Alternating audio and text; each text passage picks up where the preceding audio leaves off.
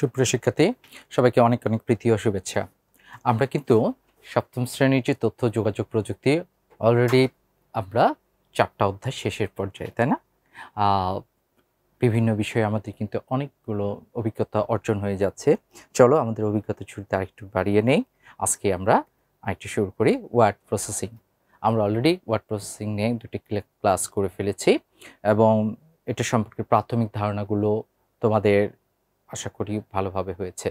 তো চলো আমরা একটু আজকে যে নতুন ক্লাসটা করব তার আগে আমরা গত ক্লাসের আলোচনাগুলো একটু করে নিই। সময় 5 মিনিট। গত ক্লাসের রিক্যাপগুলো আমরা একটু করে নিব যে ওয়ার্ড প্রসেসিং কী কারণে প্রয়োজন, একটা ফাইল খোলার জন্য কোন কোন কিবোর্ড শর্ট কমেন্টসগুলো, আমি সেটা থেকে একটু কোনো প্রশ্ন জিজ্ঞাসা থাকলে তোমরা একটু করে নাও, আদারওয়াইজ আমি তোমাদেরকে একটু প্রশ্নগুলো ধরবো, তাই না? ডান পাশ থেকে একটু বলো তো বাবা, ওয়ার্ড প্রসেসিং বলতে কি বোঝো? আচ্ছা, এবার সামনে থেকে একজন দাঁড়াও। এটার জন্য কোন কোন সফটওয়্যারগুলো ব্যবহার করা হয়? আচ্ছা, ঠিক আছে, এর গুরুত্বগুলো আমরা জানি। আরেকটু ধরি, টাইপরাইটার এবং ওয়ার্ড প্রসেসিং লেখার মধ্যে কি কি পার্থক্য রয়েছে, কে বলবে? আচ্ছা, এগুলো আলোচনা হয়েছিল, তাই না? আর পরে যে লেআউটগুলো, কিবোর্ড লেআউট কয়টি, বাংলা কিবোর্ড লেআউট কয়টি ছিল? রাইট, 3টি, তাই না? কি কি বলতে পারবে লেফট সাইড থেকে? ফাইন, আমরা বিজ্ঞানসম্মত যেটা শহীদ মনির চৌধুরী, তারপরে বিজয় কম্পিউটার এবং অভ্র, তাই না? ফাইন, আমরা এই জিনিসগুলো শিখেছি। তো চলো আমরা এবার ক্লাসগুলো মূল্যায়ন করলাম।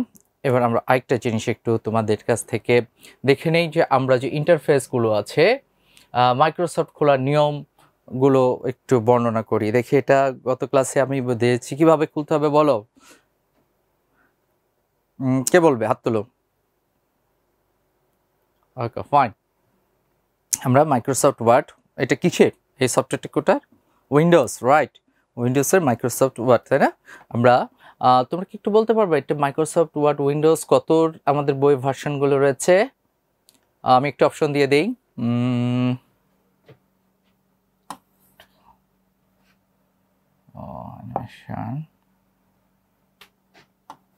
2006, 2007, 2009 আর হচ্ছে উইন্ডোজ 10। কোনটি? রাইট, আমাদের বইতে রয়েছে 2007 দিয়ে, তাই না? তাহলে ওয়ার্ড খোলার জন্য আমাদের কি করতে হবে? প্রথমে অল প্রোগ্রামস থেকে কি করতে হবে? Start button, programs, Microsoft Word, তাই না? এই যে আমরা তাহলে স্টার্ট বাটন বা এখানে এখন আছে উইন্ডোজ থেকে সরাসরি অল প্রোগ্রামস থেকে গিয়ে আমরা মাইক্রোসফট অফিস, এবং অফিস থেকে মাইক্রোসফটের অনেকগুলো দেখো, Microsoft Access, Microsoft font press, Microsoft PowerPoint, Word, বিভিন্ন আরও যদি থাকে, অনেকের ক্ষেত্রে ফুল প্যাকেজ নিলে ওয়ানডক্স, ডকুমেন্টস, পাবলিশার্স, বিভিন্নগুলো থাকে। আমরা মাইক্রোসফট ওয়ার্ডে ক্লিক করতে হবে। ক্লিক করার পর কী হবে? নতুন একটি মাইক্রোসফট ওয়ার্ড ফাইল চলে আসবে, তাই না? এবং এটা ইন্টারফেস আছে। আমি একটু তোমাদের কাছে এখন ধরবো, আমরা গত ক্লাসে মাইক্রোসফট ওয়ার্ড থেকে বলেছি এই যে এখানে ডকুমেন্ট 1 মাইক্রোসফট ওয়ার্ড, এই বারটির নাম কি? গুড। এরপরে রয়েছে যে এই যে ফাইল, এডিট, ইনসার্ট, এই যে এই বারটি কি নামে বলা হয়? আরেকবার? আচ্ছা, ঠিক আছে। এরপরে এইখানে এগুলো রয়েছে, এগুলোকে কি বলা হয়? এইখানে আমরা একটা দেখছি, এটা গত ক্লাসে মনে হয় নাই, তারপরে বলছি। এখানে দেখো একটা ঘরগুলো আছে 1 2 3 4 5, এটাকে কি বলা হয়?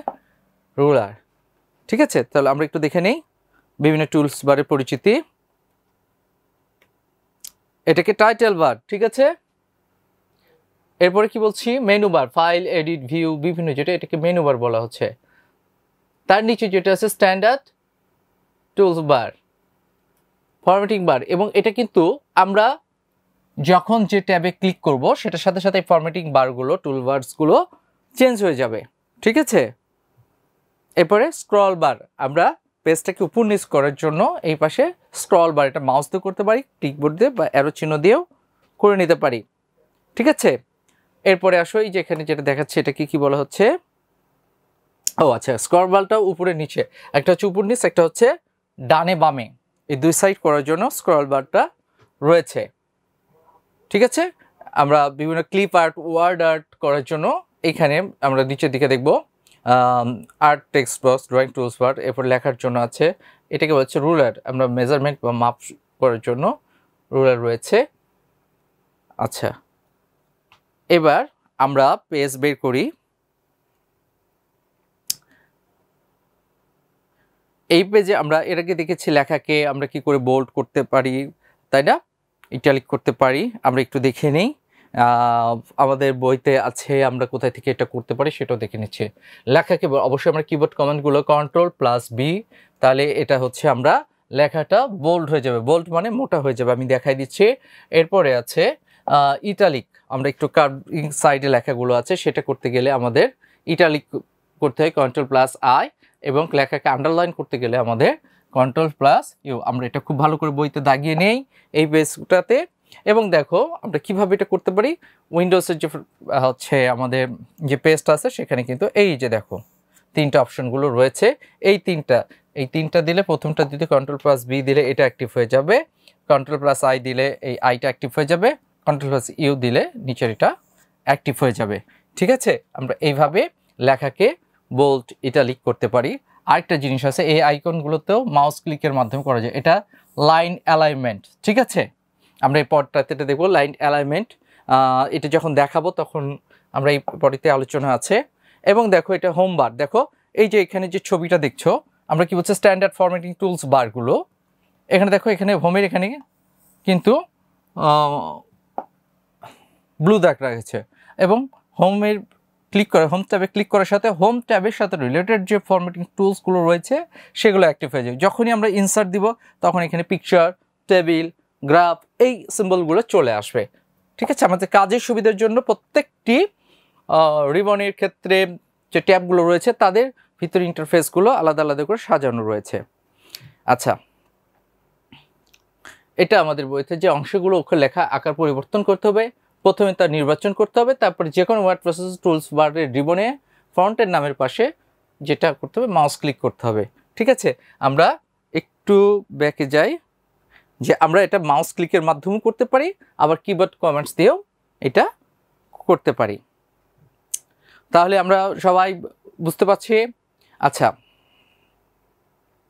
এরপরে আছে যে ডকুমেন্টের অ্যালাইনমেন্ট, লেখা ডকুমেন্টের প্যারাগ্রাফ মার্জিনে কোন দিক মিশে থাকবে তা নির্ধারণ করা হয়, যে 4 ধরনের হতে পারে, বাম দিক থেকে, ডান দিক থেকে, মাঝ বরাবর, অথবা সব দিক থেকে সমান জাস্টিফাই। যেরকম আমাদের এই লেখাটা দেখো এখানে যে টেক্সট রয়েছে সব দিক থেকে সমান রয়েছে। ঠিক আছে, এটাকে তাহলে এটা কোন হচ্ছে সব দিক থেকে সমান জাস্টিফাইস, এবং ওইখানে সিম্বল এখানে দেখবা যে এরকম করা থাকে। ঠিক আছে, আমরা একটু পরেই দেখব। আচ্ছা, এই অ্যালাইনমেন্টের জন্য কিবোর্ড শর্ট কমান্ডগুলো কি কি আছে? বাম দিক থেকে Ctrl+I, ডান দিক থেকে Ctrl+L, লেফট, রাইট, সিতে সেন্টার, যেতে জাস্টিফাইস। ঠিক আছে, আমরা একটু মনে রাখবো, লেফট, রাইট, সি মানে সেন্টার, আর যেতে হচ্ছে জাস্টিফাই। ঠিক আছে, এই ছাড়া ফরম্যাটে আরও খরচ, লাইনে ব্যবধান, স্পেস, টেবিল করা, বুলেট নাম্বার, এইগুলো আমরা দেখে নিব। ঠিক আছে, এগুলো বইতে নাই, কিন্তু আমরা কাজ করার জন্য এই জিনিসগুলো প্রয়োজন। দেখো এখানে আমরা 3টা ফরম্যাটিংসগুলো দিয়েছি, এই লেখাগুলো ভালো করে লক্ষ্য করে দেখো তো, বলো তো এটা কোন সাইডে অ্যালাইনমেন্ট করা রয়েছে? এটা লেফট সাইডে অ্যালাইনমেন্ট মানে সাজানো রয়েছে। দেখো আমি যদি রাইট সাইডে একটা সোজা ট্রাক দিই, 2টা লাইন কিন্তু চলে যাচ্ছে। এবার এটা যদি করি, দেখো একটা বড়, একটা বড়, একটা ছোট, একটা বড়, একটা ছোট, তার মানে এটা সেন্টার অ্যালাইনমেন্ট, মাঝের থেকে অ্যালাইনমেন্ট। ওই যে আমরা কবিতা যখন লেখার সময় লিখি না, কবিতাগুলো বড় ছোট বড় ছোট, এটা সেভাবে। আর এখানে দেখো একই লেখা কিন্তু আমি বোঝানোর জন্য এইটা দেখো রাইট সাইড অ্যালাইনমেন্ট, ঠিক আছে। এটা বাম দিকে আবার আপ ডাউনসগুলো রয়েছে, ঠিক আছে। এইভাবে আমরা, তাহলে এটা কি ছিল, left control plus L, control plus C, control plus R. আর আমরা আগেরটা দেখিয়েছি জাস্টিফাইড, সেটা হচ্ছে সব দিকে দুই দিকেই সমান হবে। ওকে, আমরা এই কিবোর্ড কমান্ডসগুলো কিন্তু অবশ্যই ভালো করে মনে রাখবো, আমাদের পরীক্ষায় যে ডকুমেন্ট সাজানোর জন্য কি কি কাজ করতে হয়, ঠিক আছে। আচ্ছা, এই যে এখানে ছবিটা দেখো, এখানে ছবিটা কিবোর্ডের মাধ্যমে left side alignment, centre, right, justify, ঠিক আছে। এবং আমরা যখন লেখাটা ক্লিক করি তখন সেইখানে আমরা মাউস দিয়েও ক্লিক করে দিতে পারি, ঠিক আছে। এছাড়া লাইন স্পেস এই জিনিসগুলো আমাদের নির্ধারণ করা আছে।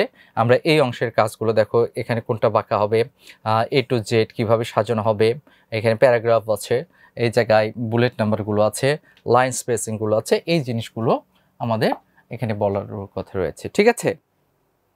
চলো তাহলে এবার একটু আমরা দেখি একটু।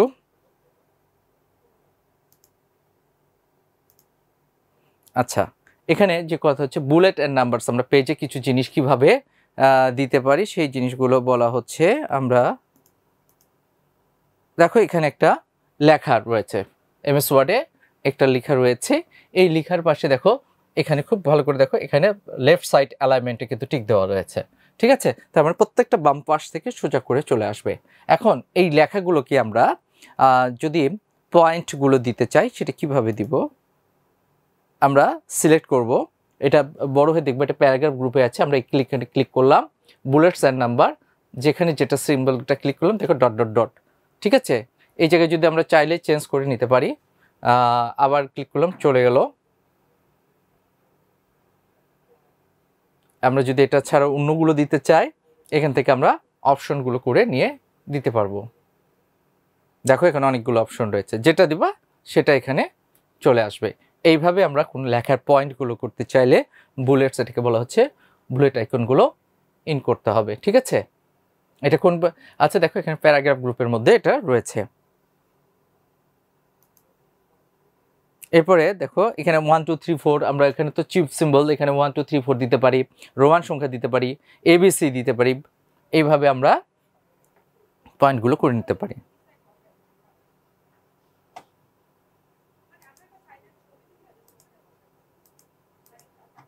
ঠিক আছে। আচ্ছা, এবার চলো আমরা একটু নিজেরা করি দেখি, ঠিক আছে। আমরা তো দেখলাম, এবার নিজেরা একটু করি।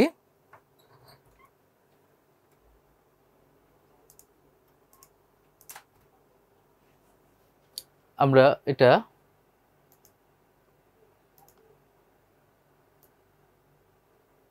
সে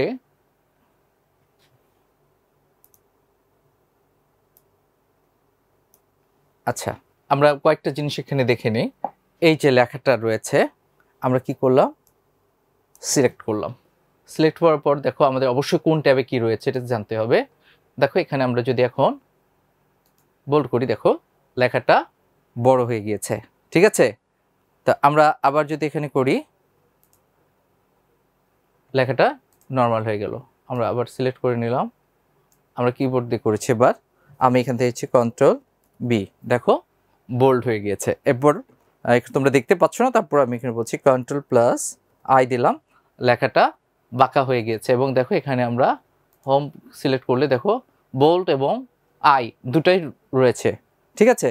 আবার যদি আমরা কন্ট্রোল বিতে ক্লিক করি, দেখো এটা চেঞ্জ হয়ে গিয়েছে পয়েন্টটুকু। অবশ্যই এটা যতটুকু, যেই অংশটুকু আমরা সিলেক্ট করব ওই অংশটুকুই কাজ করবে।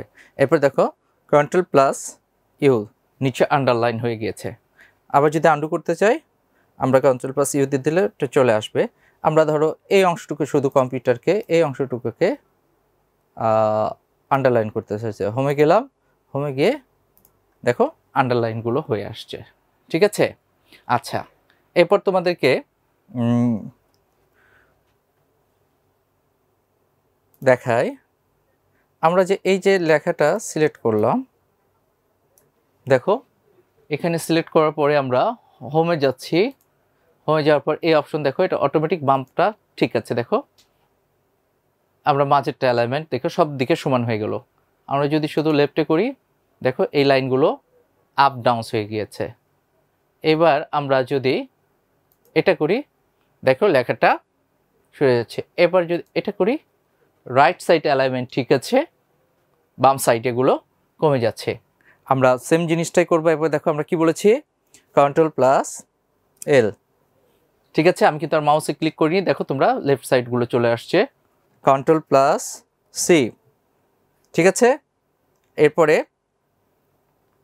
+R, রাইট সাইড অ্যালাইনমেন্ট হয়েছে। Ctrl+J, ওকে। আমরা এইভাবে সিলেকশনগুলো করে নিতে পারি। এরপর আমরা যে অপশনটুকু দেখবো, নিচেটা করছি আমরা কিন্তু সরাসরি করছি, আমরা এটা দিলাম। এখানে দেখো আমরা এগুলো এই তিনটা সিলেক্ট করে নিলাম। সিলেক্ট করার পরে হোম, এখানে গিয়ে আমরা দেখো 1 2 3 4 আছে, আমরা এই অংশটাতে ক্লিক করলাম, দেখো ডটগুলো চলে আসছে। আমরা যদি এই যে এখানে বলে ড্রপ ডাউন, ঠিক আছে, আমরা এই ড্রপ ডাউন বারে যদি ক্লিক করি, দেখো এখানে দেওয়ার সাথে সরাসরি ডট ডট চলেছে। কিন্তু এই যে অ্যারো চিহ্নটাতে যদি ক্লিক করি, আমরা এখানে বুলেটগুলো পাচ্ছি। যদি আরও আমরা সিম্বলগুলো দিতে চাই, আমরা কিন্তু এইভাবে চেঞ্জ করে নিতে পারি, ঠিক আছে। আচ্ছা, এরপরে আছে আমরা দেখো তোমাদেরকে একটু দেখাই যে বলা হচ্ছে পেজ, আমরা লাইন স্পেসিংটা কি। আমি একটু ধরি, আমরা এই অংশটুকু তোমাদের দেখার জন্য এই লেখাটা লাইন স্পেসিং একটু তোমরা লক্ষ্য রাখো। আমি পুরাটা এই প্যারাগ্রাফটা সিলেক্ট করে ফেললাম। সিলেক্ট করে ফেলার পরে আমরা হোম ট্যাবে চলে গেলাম। হোম ট্যাবে গিয়ে দেখো এইখানে ক্লিক করি, দেখো লেখা আছে 1.0। আমরা যদি এটা 1.5 দিই, দেখো তো প্রত্যেকটা লাইনের ব্যবধানটা বেড়ে গেছে। তার মানে এক লাইন থেকে আরেক লাইনের 1.5 যে মেজারমেন্ট আছে এই পয়েন্ট অনুসারে বড় হবে। আমরা চাইলে আরেকটু ধরো 2 ধরলাম, আরও বৃদ্ধি পেয়ে গিয়েছে। সো আমরা স্ট্যান্ডার্ড মাপটাতে থাকবো। যখন 1 করছি, দেখো যখনই বেড়ে যাচ্ছে এই লেখাগুলো কিন্তু আস্তে আস্তে নিচের দিকে চলে যাচ্ছে, কারণ স্পেস বৃদ্ধি পাচ্ছে এই অপশনগুলো। এরপর আরেকটা দেখো, আমরা এখানে লেখাগুলো ব্ল্যাক রয়েছে, আমরা এখান থেকে ব্লু করতে পারি, রেড করতে পারি, যে অংশ যেটা সিলেক্ট করলাম, দেখো লেখাগুলো কিন্তু কালার চেঞ্জ হয়ে গিয়েছে, ঠিক আছে। এইভাবে আমরা লেখা কাজগুলো চেঞ্জ করতে পারি। আমরা আবার হোমে যেয়ে দেখো এখান থেকে আমরা একটু ডিজাইন ইফেক্টস দিতে পারি।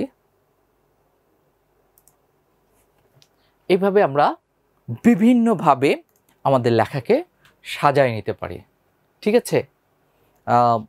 আরেকটু তোমাদের দেখাই দিই, ধরো এখানে আমাদের এই পেজে এসে এখানে আমাদের একটা টেবিল দরকার, তখন আমরা কোথায় যাব, সবগুলো তো হোম নেই, ইনসার্ট থেকে টেবিল, দেখো আমাদের টেবিল এখানে যোগ হয়ে গেল, ঠিক আছে। আমরা ইনসার্ট থেকে পিকচার সেট করে দিতে পারি, হ্যাঁ, যে এখানে অনেকগুলো ছেলেপেলে নিয়ে একটা, আমরা এইভাবে লেখার পাশে দেখো সিলেক্ট হয়ে গিয়েছে, এটা টেবিলের ভিতরে, এটা বাকি টেবিল। আমরা Ctrl+J, ঠিক আছে, আন্ডু করে দিলাম, দেখো এই যে টেবিলগুলো কিন্তু সেট হয়ে গিয়েছে। এইভাবে আমরা বিভিন্ন কাজগুলো করে নিতে পারি, ঠিক আছে। আমরা মনে হয় এর আগে পেজ লেআউটের কাজগুলো করেছিলাম। এখন তোমাদের দেখো এখানে কিন্তু রুলার নাই, তাই না, আমরা কিন্তু ওখানে দেখেছিলাম লেআউটে। আমরা কি করব, এই দেখো ভিউতে গিয়ে আমরা রুলারে দেখো ক্লিক দিয়ে দিলাম, দেখো আমাদের পেজের রুলার অংশটুকু অ্যাড হয়ে গিয়েছে, ঠিক আছে। আবার যদি আমরা ভিউতে যে রুলারে দেই, বন্ধ হয়ে যাবে। তাহলে আমরা আশা করি আমাদের প্রাথমিক যে কাজগুলো করার জন্য যে জিনিসগুলো প্রয়োজন আমরা সেগুলো, আচ্ছা এখানে আরেকটা জিনিস হচ্ছে, আমরা সেভ করার ক্ষেত্রে দেখো do want to save your change to keyboard, আমরা এখন এটা সেভ করতে চাচ্ছি না, সো এখানে দিব ডোন্ট সেভ, ওকে। আমরা এবার আসো নিজেরা তো এই জিনিসগুলো প্র্যাকটিস করলাম। সো এখন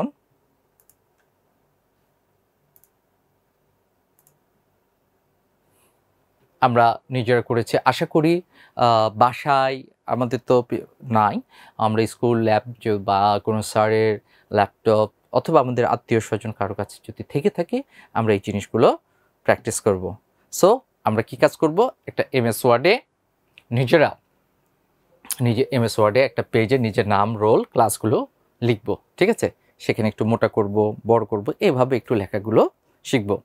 আশা করি এইভাবে করতে গেলে নিজেদের অনেক ভালো লাগবে যে আমরা স্বয়ংসম্পূর্ণ নিজের কাজ নিজে করতে পারছি এবং একটা সফটওয়্যার আমরা ইউজ করতে পারছি।